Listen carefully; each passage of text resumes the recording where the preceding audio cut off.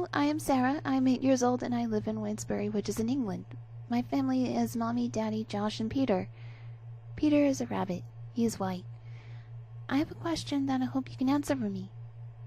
How do I take off my skin? Please do not tell me that I am a stupid child like the man in the shop did. I am not a stupid child. I am the top of my class in maths and science, and teacher says asking questions is how we learn. I would like to learn. You can give me the adult answer even if it has big words in it because I can spell big words like photosynthesis. Photosynthesis is how plants eat their food, which is from the sun because of light. So, I would please like to know how to take off my skin. Josh says we could ask Mommy and Daddy, but I think it is a bad idea because it is a secret and Mommy would not want us to know about adult secrets. Josh does not have very good ideas because Josh is only 6. He can't even say photosynthesis. My friend Emily is in my class at school. We tell each other everything. I asked Emily how to take off your skin, and she said you cannot. Emily is wrong. I have seen it. Last week we went to a birthday party at the farm where my Uncle Chris and Aunt Janet live. They have a big house and lots of barns, and we got to play with the animals while the adults sat outside and listened to music and had drinks. Then we all had a barbecue and had 3 whole hot dogs. Mommy said I should only have 2 hot dogs, but Uncle Chris gave me a 3rd hot dog and told me it was our little secret. I did not tell Mommy. I think it's important not to tell anyone you have promised to keep something secret. After that we played some games, and then it was time to go inside because it was dark. Some of the adults stayed outside, but all the children had to go inside in case we got lost. The farm is very big, and there are lots of places where you can go missing. You can drop down a well, or get swallowed by mud, or fall into a silo, and your parents might never find you. That's why Aunt Janet said to stay inside when it's dark. After that, we all went to bed. The adults stayed up after us and carried on drinking and talking and laughing, and I could not get to sleep, even though Josh and all the other children did. Then the adults stopped laughing. At first I thought they had gone to sleep too, but then I heard someone come up the stairs. They came to check if we were asleep, and I pretended to be because I did not want to get into trouble. Then they went back downstairs, and I heard them talk very quietly, and I don't know what they said. Then they went outside. I went to the window and looked out, and all the adults were walking towards the trees. They had torches, and they were not drinking or laughing, so I don't think it was part of the party. I got worried that maybe one of the children had gone missing. Aunt Janet said it was easy to get lost, so they might have all gone to look for one of us. I checked the rooms where the children were sleeping, but they were all still there. Then I realized they must have missed Josh when they checked on us because he was all snuggled up under his covers and you could not see his head. I did not know what to do. Mommy and Daddy would be so worried because they thought Josh was lost, but he was still in bed. I decided to find the adults to tell them that Josh was not lost. I put on my wellies and found another torch and ran after them. It was very dark outside. The trees were waving and making noises, and I was a little bit scared, but then I could hear the adults ahead, and I was not scared anymore because I knew Mommy and Daddy would make sure I was safe, and they would be so happy that Josh was not lost. I ran the rest of the way, but then, when I was very close to the voices, I fell over. I did not hurt myself because it was on soft mud and leaves, but I am 8 now, so I do not even cry when I fall down. But my torch went off and rolled away, so I was in the dark again. I had tripped on something soft and squishy, which was on the floor. I reached down because my foot was caught in it, and it felt like clothes, but warmer. There was light ahead. I could hear the crackle of a fire and the voices. I could hear Mommy and Daddy laughing, but then I heard other voices. I heard voices I did not know, and they did not sound like adults. They sound like if animals could talk. Not like in cartoons. They sound like if a dog growls, but if the growl was words. And they laughed, but not in a happy way. I walked towards the bushes, and I crept inside very quietly. I looked through the other side, and the first thing I saw was the fire. It was very big. It was like bonfire night, except it was in a gap in the forest. It crackled and spat, and I could feel the warmth on my face. Then I saw the adults. They were dancing in such a strange way. At first I thought they were hurt or trying to shake off their clothes, but they were laughing, so I think they liked it. Mommy and Daddy were there. So was Uncle Chris and the others. I looked around for Aunt Janet, though I could not see her.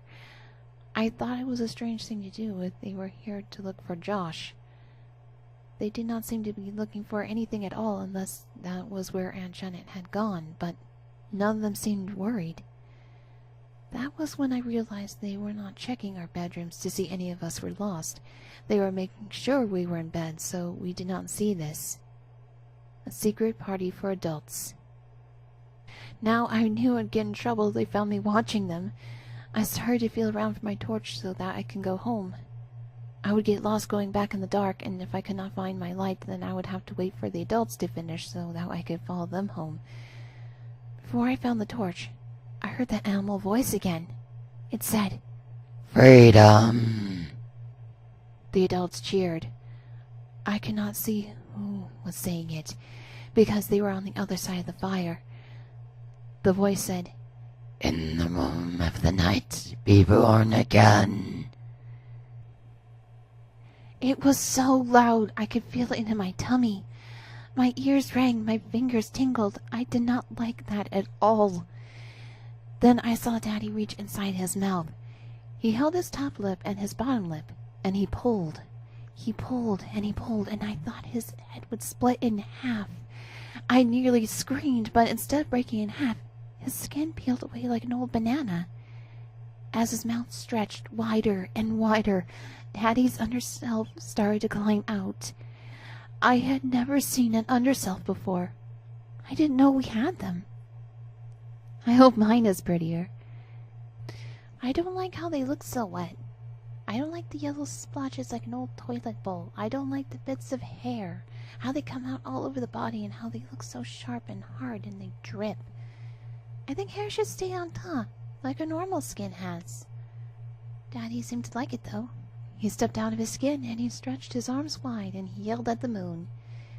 It did not sound like Daddy. It hurt my tummy again. Uncle Chris went next, and once he had taken off his skin, he threw it away. The other adults cheered. Then they all took theirs off, and they started to dance again, like they were angry at the fire and the trees, and most of all like they were angry at their skins, which were dropped around at their feet and trampled into the mud. Only Mommy hadn't taken off her skin. I started to think that she could not, like me. But then Daddy walked over to her. He raised his hand to her face, and I saw that his fingers were sharp, now like a claw, but Mommy did not pull away. She closed her eyes and whispered to him. Then he reached into her mouth, and he pulled her face away. Mommy's underself looked just like Daddy's. They ran their claws along each other. They looked into each other's eyes. Then they howled. All of them howled. I could not stand that noise. It was too loud, and it shook inside my head and made my chest feel so small that I could not breathe.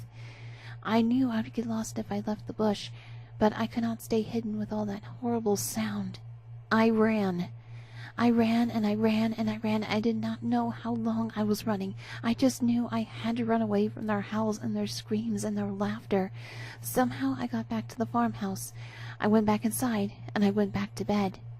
I pretended to go to sleep, but I couldn't.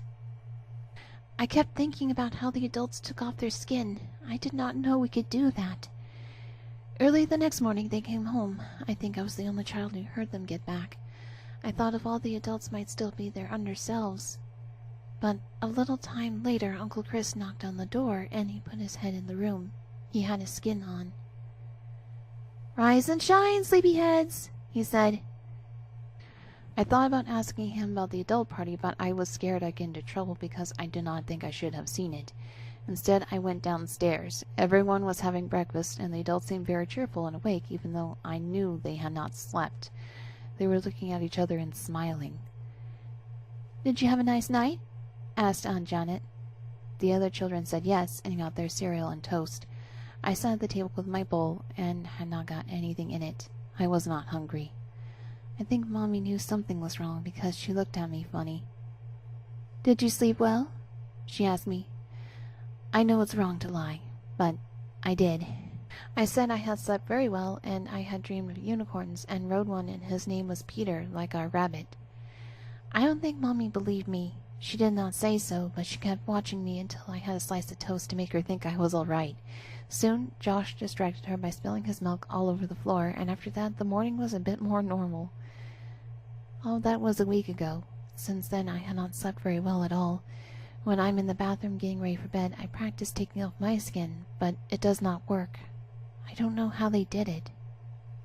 Then every night I dream about the underselves and how everyone else takes off their skin, but I cannot. And I'm hiding in that bush, and they are calling for me to come out in their animal voices. But I'm too scared to come out.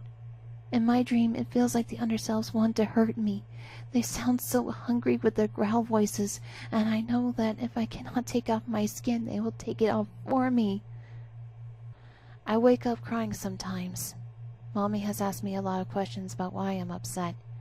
She asks me if something has happened at the farm, and I tell her no. She asks me if I told anyone about that day, and I tell her no. I do not want to tell her about what I saw. I would like it to stay a secret. If she found out that I snuck out, she would be very mad, and if everyone knew that I could not take off my skin, I would be so embarrassed. I am 8 now. I should be ready to do adult things. I'm especially nervous because Mommy has said that Uncle Chris wants us back at the farm soon. Not the other children, not even Josh. Just Mommy, Daddy, and me. I think they might have another party. Please, tell me how to take off my skin. Please. I would like to really impress them.